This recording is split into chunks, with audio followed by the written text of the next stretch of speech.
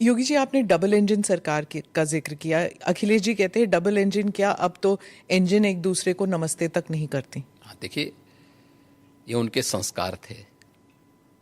हमारे यहाँ हम विरासत को सम्मान दे करके अपनी वर्तमान लीडरशिप को भी सम्मान करते हैं और अपने पूर्वजों के प्रति भी सम्मान का भाव रखते हैं।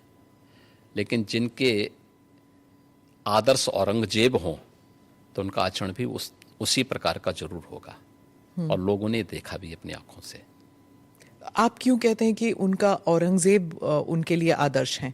क्योंकि वो औरंगजेब को महिमा मंडित कर रहे हैं। वे सब लोग उस कैटेगरी में खड़े हो चुके हैं। उनके नेताओं ने मुंबई से लेकर के लखनऊ तक, ये सभी लोग तो महिमा मंडन करने वाले लोग हैं। तो जिनका जैसा आदर्श होगा तो वैसे ही उनका स्वयं का चरित्र भी होगा। यही तो हमारी संस्कृति भी कहती है, शिवो भूत्वा शिवम यजेत। तो जो जिसकी पूजा करेगा उस जैसा ही बनता है। हम राम को आदर्श मानते हैं, कृष्ण को आदर्श मानते हैं, शिव को आदर्श मानते हैं, उनकी पूजा करते हैं, तो स्वाभाविक रूप से उनके अच्छे गुण भी हमारे अंदर उनकी कृपा से समाहित होते हैं। जो औरंगजेब को, बाबर को अपना आदर्श मानता होगा तो उन जैसे गुण भी उनके अंदर देखने को मिलेंगे, और ये आचरण लोगों ने अपनी आंखों से देखा भी है और आगे भी देखेंगे। वो कहते हैं आपको हिस्ट्री के बारे में कुछ पता नहीं है। राणा संगा के बारे में उन्होंने कहा कि वो थे जिन्होंने बाबर को न्योता दिया था। आप जानते नहीं हैं अपने विरासत के बारे में। हिस्ट्री ये लोग जानते हैं। हिस्ट्री यही लोग जानते हैं जो जिन्ना को महिमा मंडित करते हैं। हमें याद है, इसी उत्तर प्रदेश में हम लोग लौह पुरुष सरदार वल्लभ भाई पटेल की unity, run up for unity के कार्यक्रम के साथ जुड़ रहे थे। हमने पूरे प्रदेश वासियों को इसके लिए आमंत्रित किया था। सरकार भी थी, भारतीय जनता पार्टी भी थी, सभी दलों को हमने आमंत्रित किया था। एक तरफ सरदार वल्लभ भाई पटेल जो भारत की एकता के आदर्श हैं, भारत की एकात्मता के शिल्पी हैं, हम उनके प्रति श्रद्धा का भाव व्यक्त कर रहे थे, और ये लोग जिन्ना को महिमा मंडन कर रहे थे।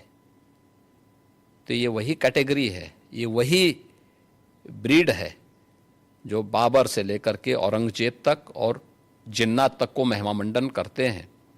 तो देश के प्रति इनके भाव क्या होंगे, भारत की विरासत के प्रति इनके भाव क्या होंगे, भारत के महापुरुषों के प्रति क्या इनके भाव क्या होंगे, ये अंदाजा इसी से लगाया जा सकता है। और ये लोग अवसरवादी भी हैं, इनको पलटी मारने में कोई देर नहीं लगेगी।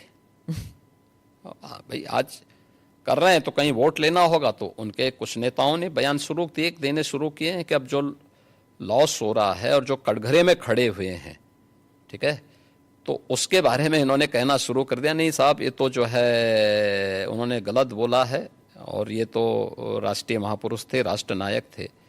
राणा सांगा के इतिहास को अगर इन्होंने पढ़ा होता, वो महान योद्धा जिसके शरीर के घाव इस बात को बताते थे कि इन्होंने भारत की धर्म और संस्कृति को बचाने के लिए उस समय किस प्रकार के पराक्रम का परिचय दिया था।